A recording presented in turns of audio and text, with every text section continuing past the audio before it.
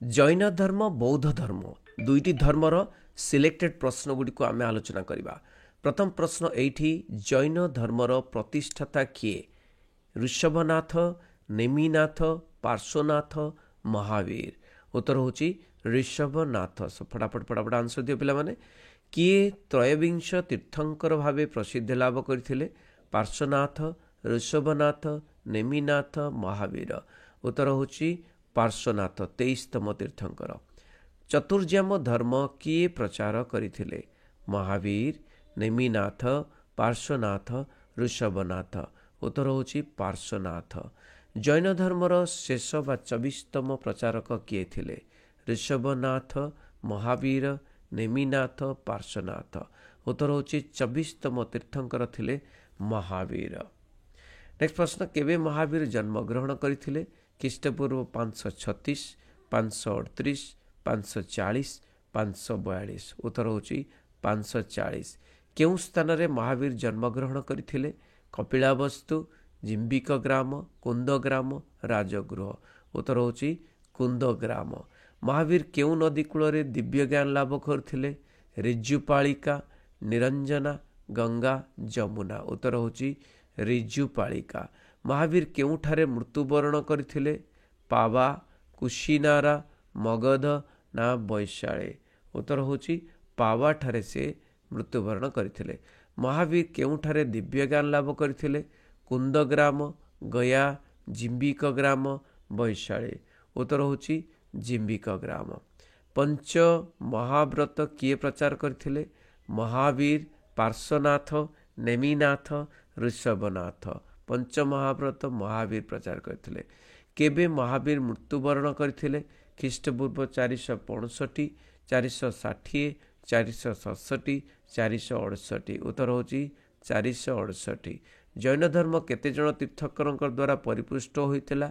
22 जन, 23 जन, 24 जन, 25 जन। उत्तर होची 24 जन। महावीर केउं गोष्ठी रे जन्मग्रहण करथिले? ज्ञांत्रिक, शाक्य, लिच्छवी, इक्ष्वाकु। ज्ञांत्रिक क्षेत्रीय कूल रे से जन्मग्रहण करथिले। पार्श्वनाथंकर 4 नीति सहित महावीर केउं नीति को जोग करथिले? सत्य, अहिंसा, ऐश्वर्य, ब्रह्मचर्य।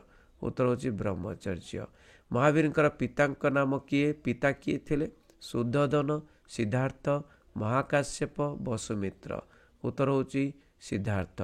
महावीरंक मातांक नाम कौन थिला? त्रिशला, मायादेवी, गौतमी, उपाळे। उत्तर होची तांका मां का नाम थिला त्रिशला।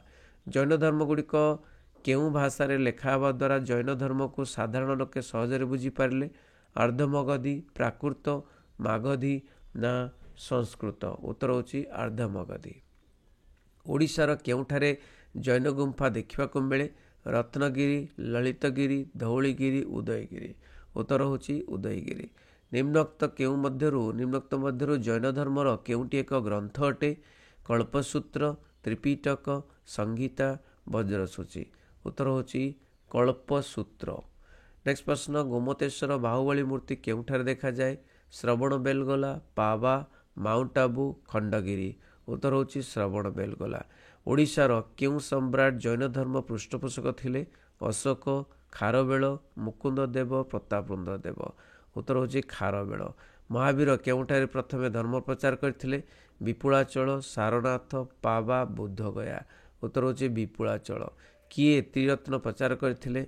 नेमिनाथ, पार्श्वनाथ, महावीर, ऋषभनाथ। उत्तर कौन हम? उत्तर होची महावीर। किए जिन रूपे विख्यात होइतिले? पार्श्वनाथ, महावीर, नेमिनाथ ना ऋषभनाथ? जिन रूपे महावीर विख्यात होइतिले। महावीर प्रकृत नाम कौन थिला? नटपुत्र, वर्धमान, काशव ना बेशालय। उत्तर होची कौन ना वर्धमान थिला। वर्धमान कन्यार नाम कौन थिला? प्रियंका, यशोधारा, प्रियदर्शिनी ना गोपा। उत्तर होची प्रियदर्शिनी। वर्धमान पत्नी का नाम कौन थिला? उपाली, गोपा, यशोदा ना जमुना। उत्तर होची यशोदा। केते वर्ष बयस रे महावीर दिव्य ज्ञान लाभ करथिले? 40 वर्ष, 41 वर्ष, 42 वर्ष, 43 वर्ष। उत्तर होची 42 वर्ष। ଗୌତମ ବୁଦ୍ଧ କେଉଁଠାରେ ଜନ୍ମଗ୍ରହଣ କରିଥିଲେ? ପାବା, ଲୁମ୍ବିନି, କୁଶିନାରା, ମଗଧ। ଗୌତମ ବୁଦ୍ଧ ଜନ୍ମଗ୍ରହଣ କରିଥିଲେ ଲୁମ୍ବିନିରେ ଜନ୍ମଗ୍ରହଣ କରିଥିଲେ। ଗୌତମ ବୁଦ୍ଧ କେବେ ଜନ୍ମଗ୍ରହଣ କରିଥିଲେ? 540 ଖ୍ରୀଷ୍ଟପୂର୍ବ, 550, 560, 566। ଉତ୍ତର ହେଉଛି 566 ଖ୍ରୀଷ୍ଟପୂର୍ବ। କିଏ ଏସିଆର ଆଲୋକ ଭାବେ ପରିଚିତ?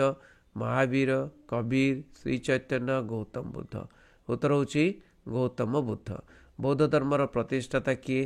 ମହାବୀର, ପାର୍ଶ୍ୱନାଥ, ନେମିନାଥ, ଗୌତମ ବୁଦ୍ଧ। ଉତ୍ତର ହେଉଛି ଗୌତମ ବୁଦ୍ଧ।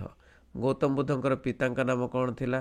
ସୁଧୋଧନ, ସିଦ୍ଧାର୍ଥ, ନନ୍ଦିନର୍ଦ୍ଧନ, ପାର୍ଶ୍ୱନାଥ। ଉତ୍ତର ହେଉଛି ସୁଧୋଧନ। ଗୌତମ ବୁଦ୍ଧ କେଉଁ କ୍ଷତ୍ରିୟ ସମ୍ପ୍ରଦାୟର ଥିଲେ? ଜ୍ଞାନ୍ତ୍ରିକ, ଶାକ୍ୟ, ମେରିୟ, ଇକ୍ଷ୍ୱାକୁ। ଶାକ୍ୟ କ୍ଷତ୍ରିୟ ସମ୍ପ୍ରଦାୟର ଥିଲେ। ଗୌତମ ବୁଦ୍ଧଙ୍କର ମାତାଙ୍କ ନାମ କ'ଣ ଥିଲା? ତ୍ରିଶଳା, ଯଶୋଦା, ମାୟାଦେବୀ, ଲକ୍ଷ୍ମୀ ଦେବୀ। ଉତ୍ତର ହେଉଛି ମାୟାଦେବୀ। କିଏ ଗୌତମଙ୍କର ଲାଳନ ପାଳନ ଦାୟିତ୍ୱରେ ବହନ କରିଥିଲେ? ମାୟାଦେବୀ, ତ୍ରିଶଳା, ସୁଜାତା ନା ମହାପ୍ରଜାପତି ଗୌତମୀ। ଉତ୍ତର ହେଉଛି ମହାପ୍ରଜାପତି ଗୌତମୀ। ତାଙ୍କ ନାମ ଅନୁସାରେ ତାଙ୍କର ଗୌତମ ନାମ ଥିଲା। କେଉଁଠାରେ ବୁଦ୍ଧ ଦିବ୍ୟଜ୍ଞାନ ଲାଭ କରିଥିଲେ? ରାଜଗୃହ, ବୈଶାଳୀ, ବୁଦ୍ଧଗୟା, କପିଳାବସ୍ତୁ। ଉତ୍ତର ହେଉଛି ବୁଦ୍ଧଗୟା ଠାରେ। ଉରୁବିଲ୍ଲ ବୁଦ୍ଧଗୟା। ଗୌତମ ବୁଦ୍ଧ କେଉଁଠାରେ ପ୍ରଥମେ ଧର୍ମ ପ୍ରଚାର କରିଥିଲେ? ସାରନାଥ, ପାବା, କୁଶିନାରା, ବୈଶାଳୀ। ଉତ୍ତର ହେଉଛି ସାରନାଥ ଠାରେ। ବୌଦ୍ଧ ଧର୍ମର ପବିତ୍ର ଧର୍ମଗ୍ରନ୍ଥର ନାମ କ'ଣ? ମୂଳସୂତ୍ର, ତ୍ରିପିଟକ, ବିଜକ, ଗ୍ରନ୍ଥସାୟ। ଧର୍ମଗ୍ରନ୍ଥ ହେଉଛି କ'ଣ? ନା ତ୍ରିପିଟକ। କେଉଁ ସ୍ଥାନରେ ବୁଦ୍ଧଙ୍କର ନିର୍ବାଣ ପ୍ରାପ୍ତି ହୋଇଥିଲା? ପାବା, ସାରନାଥ, କୁଶିନାରା ନା ବୁଦ୍ଧଗୟା। ଉତ୍ତର କ'ଣ ହେବ? ନା କ'ଣ ହେବ? ବୁଦ୍ଧଗୟା ନାଇଁ। କେଉଁଠି? ମହାପରିନିର୍ବାଣ। ଏଇଟା ନିର୍ବାଣ ନାହିଁ ରେ, ମହାପରିନିର୍ବାଣ। କ'ଣ? ମହାପରିନିର୍ବାଣ ମାନେ ମୃତ୍ୟୁ ହେଲା। ସେଇଟା ତାହେଲେ କୁଶିନାରା ହେବ। ବୁଝିହେଉଛି। କେବେ ବୁଦ୍ଧ ଦେହତ୍ୟାଗ କରିଥିଲେ? 480 ଖ୍ରୀଷ୍ଟପୂର୍ବ, 482, 484, 486। ଉତ୍ତର ହେଉଛି 486। କେଉଁ ମାର୍ଗ ଆର୍ଯ୍ୟ ଅଷ୍ଟାଙ୍ଗ ମାର୍ଗ ମଧ୍ୟରେ ଅନ୍ତର୍ଭୁକ୍ତ ନୁହେଁ? ସଦୃଷ୍ଟି, ସଦ୍ବାକ୍ୟ, ସଦ୍ଦାନ, ସତ୍କର୍ମ। ସଦ୍ଦାନଟା ନୁହେଁ। କିଏ ବୁଦ୍ଧଙ୍କର ପ୍ରିୟ ଶିଷ୍ୟ ଥିଲେ? ଆନନ୍ଦ, ଭଦ୍ରବାହୁ, ହେମଚନ୍ଦ୍ର, ନାଗାର୍ଜୁନ। ଉତ୍ତର ହେଉଛି ଆନନ୍ଦ। ନିର୍ବାଣ କାହାକୁ କୁହାଯାଏ? ସତ୍ ଶିକ୍ଷା ଲାଭ କରିବା, ବେଦକୁ ଅସ୍ୱୀକାର କରିବା, ଜନ୍ମ ବା ମୃତ୍ୟୁ ଚକ୍ରରୁ ମୁକ୍ତି ଲାଭ କରିବା, ଈଶ୍ୱରଙ୍କ ସମ୍ପର୍କରେ ନୀରବତା ଅବଲମ୍ବନ କରିବା। ଉତ୍ତର ହେଉଛି ଜନ୍ମ ମୃତ୍ୟୁ ଚକ୍ରରୁ ମୁକ୍ତି ଲାଭ କରିବା ହେଉଛି ନିର୍ବାଣ। ପ୍ରଥମ ବୌଦ୍ଧ ସମ୍ମିଳନୀ ଖ୍ରୀଷ୍ଟପୂର୍ବ 486ରେ ମଗଧର ରାଜଧାନୀ ରାଜଗୃହଠାରେ ଅନୁଷ୍ଠିତ ହୋଇଥିଲା।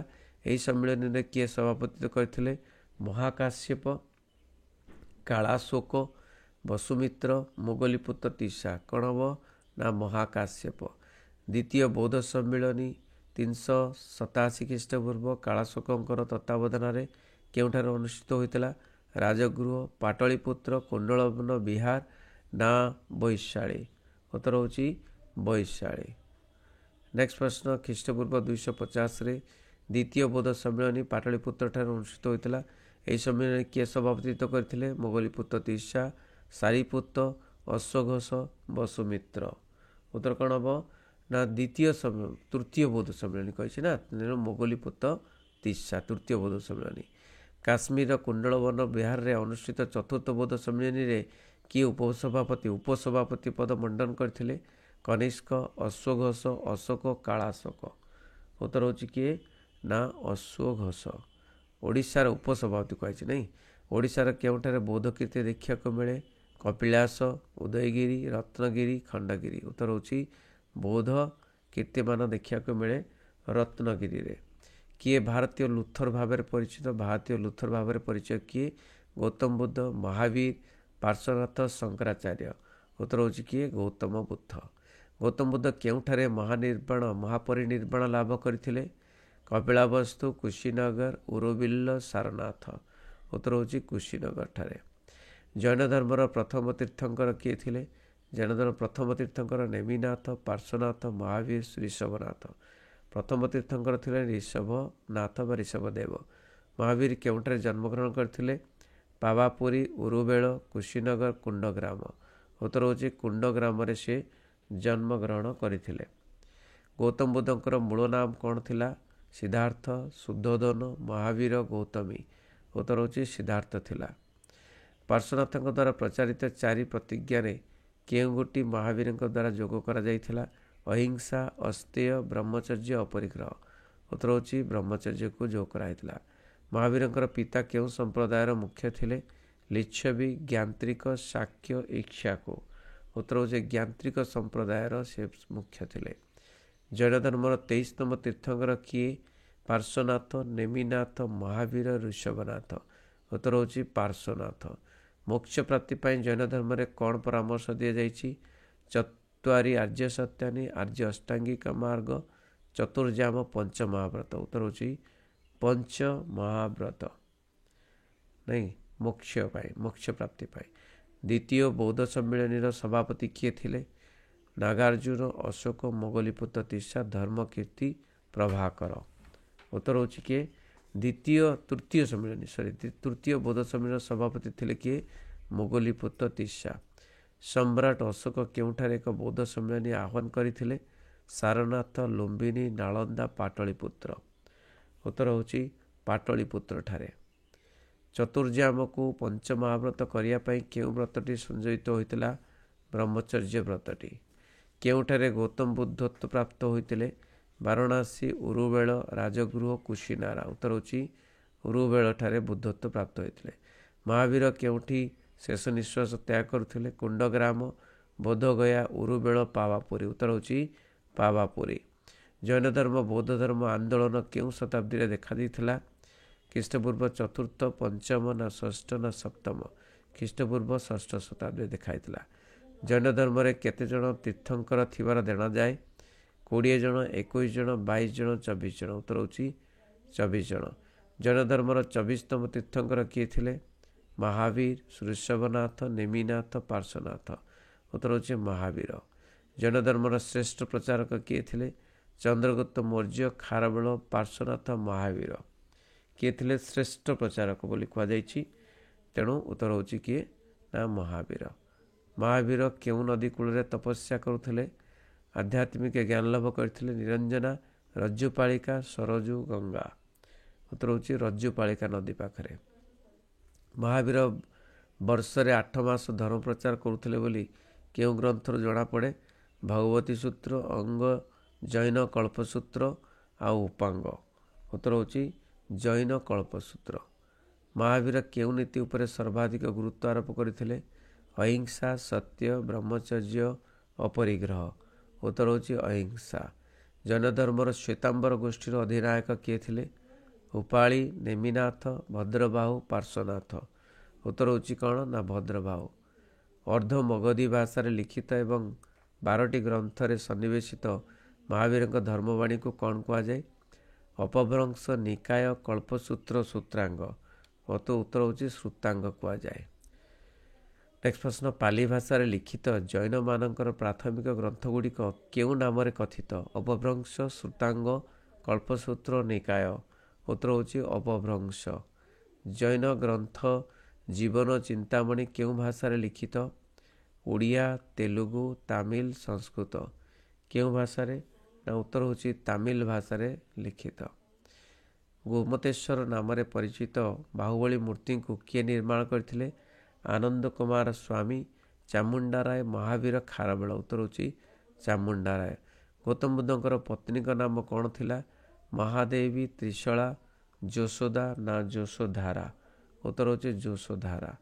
ଗୌତମ ବୁଦ୍ଧଙ୍କର ପୁତ୍ରଙ୍କ ନାମ କ'ଣ ଥିଲା? ରାଜୀବ, ରୋହିତ, ରାହୁଳ, ରତନ। ଉତ୍ତର ହେଉଛି ରାହୁଳ। କେଉଁ ନଦୀ କୂଳରେ ଧ୍ୟାନମଗ୍ନ ଥିଲାବେଳେ ଗୌତମ ବୁଦ୍ଧ ଦିବ୍ୟଜ୍ଞାନ ଲାଭ କରିଥିଲେ? ରଜ୍ଜୁପାଳିକା, ଗଙ୍ଗା, ସରସ୍ୱତୀ, ନିରଞ୍ଜନା। ଉତ୍ତର ହେଉଛି ନିରଞ୍ଜନା ନଦୀ କୂଳରେ। ନେକ୍ସଟ ପ୍ରଶ୍ନ, ଉରୁବିଲ୍ଲର ବର୍ତ୍ତମାନ ନାମ କ'ଣ? ପାଟନା, ବୁଦ୍ଧଗୟା, ମୁଜାଫରପୁର ନା ଗୟା? ଉତ୍ତର ହେଉଛି ବୁଦ୍ଧଗୟା। ଗୌତମ ବୁଦ୍ଧ ପ୍ରଥମେ ଯେଉଁ 5 ଜଣ ବ୍ୟକ୍ତିଙ୍କୁ ଧର୍ମ ବାଣୀ ଶୁଣାଇଥିଲେ ସେମାନଙ୍କୁ କ'ଣ କୁହାଯାଏ? ପଞ୍ଚଜ୍ୟେଷ୍ଠ, ପଞ୍ଚଜନ୍ୟ, ପଞ୍ଚାୟତ, ପଞ୍ଚମହାପୁରୁଷ। ଉତ୍ତର ହେଉଛି କ'ଣ? ନା ପଞ୍ଚଜ୍ୟେଷ୍ଠ ବୋଲି କୁହାଯାଏ। ଗୌତମ ବୁଦ୍ଧଙ୍କର ପ୍ରଥମ ଧର୍ମ ପ୍ରଚାର ଘଟଣାକୁ କ'ଣ କୁହାଯାଏ? ମହାପରିନିର୍ବାଣ, ମହାବିନିଷ୍କ୍ରମଣ, ଧର୍ମଚକ୍ର ପ୍ରବର୍ତ୍ତନ, ନିର୍ବାଣ। ଉତ୍ତର ହେଉଛି ତାକୁ ଧର୍ମ ଚକ୍ର ପ୍ରବର୍ତ୍ତନ ବୋଲି କୁହାଯାଏ। କାହାକୁ ଭାରତୀୟ ଲୁଥର ବୋଲି କୁହାଯାଏ। ସମୁଦ୍ରଗୁପ୍ତ, ଗୌତମ ବୁଦ୍ଧ, ମହାବୀର, ଅଶୋକ। ଗୌତମ ବୁଦ୍ଧଙ୍କୁ କ'ଣ ଭାରତର ଲୁଥର ବୋଲି କୁହାଯାଏ। ବୌଦ୍ଧ ଧର୍ମର ପ୍ରଧାନ ଧର୍ମଗ୍ରନ୍ଥର ନାମ କ'ଣ? ତ୍ରିପିଟକ, କଳ୍ପସୂତ୍ର, ଭାଗବତୀ ସୂତ୍ର, ବାଇବେଲ। ଉତ୍ତର ହେଉଛି ତ୍ରିପିଟକ। ବୌଦ୍ଧ ଧର୍ମ କେଉଁ ଭାଷାରେ ପ୍ରଚାର କରାଯାଇଥିଲା? ସଂସ୍କୃତ, ପ୍ରାକୃତ, ପାଲି ନା ଆର୍ଦ୍ଧମଗଧୀ? ଉତ୍ତର ହେଉଛି ନା ପାଲି ଭାଷାରେ ପ୍ରଚାର କରାଯାଇଥିଲା। ନେକ୍ସଟ ପ୍ରଶ୍ନ, ପ୍ରଥମ ବୌଦ୍ଧ ମହାସଭା କେବେ ଗଠିତ ହୋଇଥିଲା? ଅନୁଷ୍ଠିତ ହୋଇଥିଲା 527 ଖ୍ରୀଷ୍ଟପୂର୍ବ, 447, 487, 327। କ'ଣ ହେବ? 487। ପ୍ରଥମ ବୌଦ୍ଧ ମହାସଭା କେଉଁଠାରେ ଅନୁଷ୍ଠିତ ହୋଇଥିଲା? ରାଜଗୃହ, କୁଣ୍ଡଳ ବନ ବିହାର, ପାଟଳିପୁତ୍ର, ବୈଶାଳୀ। ଉତ୍ତର ହେଉଛି କ'ଣ ନା ରାଜଗୃହଠାରେ ଏହା ଆୟୋଜନ ହୋଇଥିଲା। ପ୍ରଥମ ବୌଦ୍ଧ ମହାସଭା କାହା ପୃଷ୍ଠପୋଷକତାରେ ଅନୁଷ୍ଠିତ ହୋଇଥିଲା? କାଳାଶୋକ, ଅଜାତଶତ୍ରୁ, ଅଶୋକ, କନିଷ୍କ। ଉତ୍ତର ହେଉଛି ଅଜାତଶତ୍ରୁଙ୍କର ପୃଷ୍ଠପୋଷକତାରେ ହୋଇଥିଲା। ଦ୍ୱିତୀୟ ବୌଦ୍ଧ ମହାସଭା କେବେ ଅନୁଷ୍ଠିତ ହୋଇଥିଲା? ଖ୍ରୀଷ୍ଟପୂର୍ବ 228, 287, 327, 387। ଉତ୍ତର ହେଉଛି 387 ମସିହାରେ ହୋଇଥିଲା, ଖ୍ରୀଷ୍ଟପୂର୍ବ 387। ଦ୍ୱିତୀୟ ବୌଦ୍ଧ ମହାସଭା କାହା ପୃଷ୍ଠପୋଷକତାରେ ଅନୁଷ୍ଠିତ ହୋଇଥିଲା? ଅଶୋକ, ଅଜାତଶତ୍ରୁ, କାଳାଶୋକ, କନିଷ୍କ। ଉତ୍ତର ହେଉଛି କ'ଣ ନା କାଳାଶୋକଙ୍କର ତତ୍ତ୍ୱାବଧାନରେ ହୋଇଥିଲା, ପୃଷ୍ଠପୋଷକତାରେ। ଦ୍ୱିତୀୟ ବୌଦ୍ଧ ମହାସଭା କେଉଁଠାରେ ଅନୁଷ୍ଠିତ ହୋଇଥିଲା? ରାଜଗୃହ, କୁଣ୍ଡଳବନ ବିହାର, ପାଟଳିପୁତ୍ର, ବୈଶାଳୀ। ଉତ୍ତର ହେଉଛି ବୈଶାଳୀରେ ହୋଇଥିଲା ଦ୍ୱିତୀୟ ବୌଦ୍ଧ ସମ୍ମିଳନୀ। ତୃତୀୟ ବୌଦ୍ଧ ମହାସଭା କାହା ରାଜତ୍ୱ କାଳରେ ଅନୁଷ୍ଠିତ ହୋଇଥିଲା? ଅଜାତଶତ୍ରୁ, ଅଶୋକ, କନିଷ୍କ, ହର୍ଷବର୍ଦ୍ଧନ। ତୃତୀୟ ବୌଦ୍ଧ ମହାସଭା ଅଶୋକଙ୍କ ସମୟରେ ହୋଇଥିଲା। ଚତୁର୍ଥ ବୌଦ୍ଧ ମହାସଭା କାହା ରାଜତ୍ୱ କାଳରେ ଅନୁଷ୍ଠିତ ହୋଇଥିଲା? କନିଷ୍କ, ଅଶୋକ, ଅଜାତଶତ୍ରୁ, ହର୍ଷବର୍ଦ୍ଧନ। ଉତ୍ତର ହେଉଛି କନିଷ୍କ। ନେକ୍ସଟ ପ୍ରଶ୍ନ, ତୃତୀୟ ବୌଦ୍ଧ ମହାସଭା କେବେ ଅନୁଷ୍ଠିତ ହୋଇଥିଲା? ଖ୍ରୀଷ୍ଟପୂର୍ବ 487, 387, 251, 156। ଉତ୍ତର ହେଉଛି ଖ୍ରୀଷ୍ଟପୂର୍ବ 251ରେ। କେଉଁ ବୌଦ୍ଧ ମହାସଭାର ଅଭିଧର୍ମ ପୀଠକୁ ଆତ୍ମପ୍ରକାଶ କରିଥିଲା? ପ୍ରଥମ ନା ଦ୍ୱିତୀୟ ନା ତୃତୀୟ ନା ଚତୁର୍ଥ ମହାସଭାରେ? ଉତ୍ତର ହେଉଛି ତୃତୀୟ ମହାସଭାରେ ଅଭିଧର୍ମ ପୀଠକୁ ଆତ୍ମପ୍ରକାଶ କରିଥିଲା। ଚତୁର୍ଥ ବୌଦ୍ଧ ମହାସଭା କେଉଁଠାରେ ଆୟୋଜନ କରାଯାଇଥିଲା? ରାଜଗୃହ, ବୈଶାଳୀ, ପାଟଳିପୁତ୍ର, କୁଣ୍ଡଳ ବନ ବିହାର। ଉତ୍ତର ହେଉଛି କୁଣ୍ଡଳ ବନ ବିହାରରେ ଆୟୋଜନ ହୋଇଥିଲା। କେଉଁମାନଙ୍କଠାରୁ ଭାରତର ମନ୍ଦିର ନିର୍ମାଣ ଆରମ୍ଭ ହୋଇଥିଲା? ହୀନଯାନପନ୍ଥୀ ବୌଦ୍ଧ, ମହାଯାନପନ୍ଥୀ ବୌଦ୍ଧ, ଶ୍ୱେତାମ୍ବର, ଦିଗମ୍ବର। ଉତ୍ତର ହେଉଛି ମହାଯାନପନ୍ଥୀ ବୌଦ୍ଧଠାରୁ ମନ୍ଦିର ନିର୍ମାଣ ଆରମ୍ଭ ହୋଇଥିଲା। କେଉଁ ଧର୍ମର ପ୍ରଭାବରୁ ଗାନ୍ଧାର କଳାର ପରିପ୍ରକାଶ ଘଟିଥିଲା? ହିନ୍ଦୁ, ଶିଖ, ବୌଦ୍ଧ ନା ଜୈନ ଧର୍ମ? ଉତ୍ତର ହେଉଛି ବୌଦ୍ଧ ଧର୍ମରୁ ଗାନ୍ଧାର ଶିଳ୍ପ, ଗାନ୍ଧାର କଳାର ପରିପ୍ରକାଶ ହୋଇଥିଲା। ଜ୍ଞାନ ପ୍ରାପ୍ତି ହୋଇ ସତ୍ୟକୁ ଉପଲବ୍ଧି କରିପାରିଥିବାରୁ ଗୌତମ କ'ଣ ବୋଲି ପରିଚିତ ହୋଇଥିଲେ? ତଥାଗତ ନା ବୁଦ୍ଧ ନା ସିଦ୍ଧାର୍ଥ ନା ମହାବୀର? ଉତ୍ତର ହେଉଛି ବୁଦ୍ଧ ବା ସିଦ୍ଧାର୍ଥ, ତଥାଗତ ବୋଲି ତାଙ୍କୁ କୁହାଯାଏ। ନେକ୍ସଟ ପ୍ରଶ୍ନ, ମହାବୀରଙ୍କର ମାତା ତ୍ରିଶଳା କେଉଁ ବଂଶର ଥିଲେ? ଜ୍ଞାନ୍ତ୍ରିକ, ଲିଚ୍ଛବୀ, ହରିୟାଙ୍କ ନା ଇକ୍ଷ୍ୱାକୁ? ଉତ୍ତର ହେଉଛି ଲିଚ୍ଛବୀ କୁଳର ଥିଲେ ତାଙ୍କ ମା। କାହାକୁ ନଟପୁତ୍ର କୁହାଯାଏ? ପାର୍ଶ୍ୱନାଥ, ନେମିନାଥ, ମହାବୀର, ଋଷଭନାଥ। ଉତ୍ତର ହେଉଛି ମହାବୀର। ଦୈତ୍ୟ ତତ୍ତ୍ୱ କେଉଁ ଦୁଇଟି ସ୍ଥିତି ଉପରେ ଆଧାରିତ? ପାପ ପୁଣ୍ୟ, ଦିନରାତି, ଜୀବ ଅଜୀବ, ଅଲୋକ ଓ ଅନ୍ଧାର। ଉତ୍ତର ହେଉଛି ଜୀବ ଅଜୀବ ଉପରେ ଆଧାରିତ। ମହାବୀର କେଉଁଠାରେ ଦେହତ୍ୟାଗ କରିଥିଲେ? ବନାରସ, ପାବା, କୁଶିନାରା, ଗୟା। ଉତ୍ତର ହେଉଛି ପାବାଠାରେ ସେ ଦେହତ୍ୟାଗ କରିଥିଲେ। ମହାବିନିଷ୍କ୍ରମଣ କହିଲେ କ'ଣ ବୁଝ? ବୁଦ୍ଧଙ୍କ ଜନ୍ମ, ବୁଦ୍ଧଙ୍କ ବିବାହ, ବୁଦ୍ଧଙ୍କ ଗୃହତ୍ୟାଗ, ବୁଦ୍ଧଙ୍କ ମୃତ୍ୟୁ। ଉତ୍ତର ହେଉଛି ବୁଦ୍ଧଙ୍କ ଗୃହତ୍ୟାଗ। କେଉଁ ଧର୍ମରେ ପ୍ରଥମେ ମଠ ବ୍ୟବସ୍ଥାର ପ୍ରଚଳନ ଆରମ୍ଭ ହୋଇଥିଲା? ହିନ୍ଦୁ, ଜୈନ, ବୌଦ୍ଧ, ଶିଖ। ଉତ୍ତର ହେଉଛି ବୌଦ୍ଧ ଧର୍ମରେ ପ୍ରଥମେ ମଠ ବ୍ୟବସ୍ଥା ଆରମ୍ଭ ହୋଇଥିଲା। କିଏ ପ୍ରଥମେ ସ୍ଥାପତ୍ୟ କ୍ଷେତ୍ରରେ ପ୍ରସ୍ତର ବ୍ୟବହାର ଆରମ୍ଭ କରିଥିଲେ? ସମ୍ରାଟ ଅଶୋକ, ଖାରବେଳ, କନିଷ୍କ, ଅଜାତଶତ୍ରୁ। ଉତ୍ତର ହେଉଛି ସମ୍ରାଟ ଅଶୋକ। ମହାବୀର ସର୍ବପ୍ରଥମେ କେଉଁ ସ୍ଥାନରେ 11 ଜଣ ବ୍ରାହ୍ମଣଙ୍କୁ ଜୈନ ଧର୍ମରେ ଦୀକ୍ଷିତ କରିଥିଲେ? ସାରନାଥ, ବୈଶାଳୀ, ପାବା, ବିପୁଳାଚଳ। ଉତ୍ତର ହେଉଛି ବିପୁଳାଚଳ ଠାରେ। ଜୈନ ଧର୍ମ କେତେଜଣ ତୀର୍ଥଙ୍କରଙ୍କ ଦ୍ୱାରା ପରିପୃଷ୍ଟ ହୋଇଥିଲା? 22 ଜଣ, 23 ଜଣ, 24 ଜଣ, 25 ଜଣ। ଉତ୍ତର ହେଉଛି 24 ଜଣ। ଓଡ଼ିଶାରେ କେଉଁଠାରେ ଜୈନ ଗୁମ୍ଫା ଦେଖିବାକୁ ମିଳେ? ରତ୍ନଗିରି, ଲଳିତଗିରି, ଧଉଳିଗିରି, ଉଦୟଗିରି। ଉତ୍ତର ହେଉଛି ଉଦୟଗିରି। କେଉଁଠାରେ ବୁଦ୍ଧଙ୍କର ଧର୍ମଚକ୍ର ପ୍ରବର୍ତ୍ତନ ଆରମ୍ଭ ହୋଇଥିଲା? ସାରନାଥ, କୌଶାମ୍ବୀ, ଚମ୍ପା, କପିଳାବସ୍ତୁ। ଉତ୍ତର ହେଉଛି ସାରନାଥ। କେଉଁ ମାର୍ଗ ଆର୍ଯ୍ୟ ଅଷ୍ଟାଙ୍ଗ ମାର୍ଗ ମଧ୍ୟରେ ଅନ୍ତର୍ଭୁକ୍ତ ନୁହେଁ?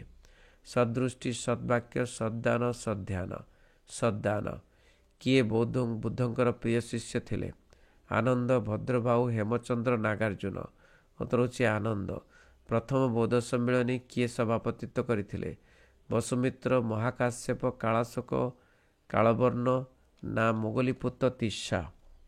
ତ ଉତ୍ତର ହେଉଛି ମହାକାଶ୍ୟପ। ଓଡ଼ିଶାର କେଉଁଠାରେ ବୌଦ୍ଧ କୀର୍ତ୍ତି ଦେଖିବାକୁ ମିଳେ? ରତ୍ନଗିରି, ଖଣ୍ଡଗିରି, ଉଦୟଗିରି, କପିଳାସ। ରତ୍ନଗିରି ଠାରେ। କିଏ ପୁରୀସାଦାଣୀୟ ନାମରେ ବିଖ୍ୟାତ ଥିଲେ? ମହାବୀର, ଗୌତମ ବୁଦ୍ଧ, ପାର୍ଶ୍ୱନାଥ, ଋଷଭନାଥ। ଉତ୍ତର ହେଉଛି ପାର୍ଶ୍ୱନାଥ। ନିମ୍ନଲିଖିତ ମଧ୍ୟରୁ କେଉଁଟି ଜୈନ ଧର୍ମର ଏକ ଗ୍ରନ୍ଥ ଅଟେ? କଳ୍ପସୂତ୍ର, ତ୍ରିପିଟକ, ସଂହିତା, ବଜ୍ରସୂଚୀ। ଉତ୍ତର ହେଉଛି କଳ୍ପସୂତ୍ର। କାହାକୁ ଏସିଆର ଆଲୋକ କୁହାଯାଏ? ମହାବୀର, ଗୌତମ ବୁଦ୍ଧ, ଶଙ୍କରାଚାର୍ଯ୍ୟ, ନିମ୍ବାର୍କ। ଉତ୍ତର ହେଉଛି କାହାକୁ? ନା ଗୌତମ ବୁଦ୍ଧଙ୍କୁ ଏସିଆର ଆଲୋକ ବୋଲି କୁହାଯାଏ। ପ୍ରାୟ ସବୁ ପ୍ରଶ୍ନ ବ୍ୟୁରୋ ବହିର ପ୍ରଶ୍ନ। ବ୍ୟୁରୋ ବହିର ପ୍ରଶ୍ନ ଗୁଡ଼ିକ କରିଦେଲୁ। ତେଣୁ କୌଣସି ବି ପ୍ରଶ୍ନ ଯଦି ଆସେ ତାହେଲେ ଗୌତମ ବୁଦ୍ଧ ଜୈନ ଭିତରେ ତାହେଲେ ଏଇଠୁ ହିଁ ଆସିବ। Thank you very much. ରହିଲି। ସମସ୍ତଙ୍କୁ ସେୟାର କରିବେ। ବନ୍ଦେ ଉତ୍କଳ ଚରଣୀ।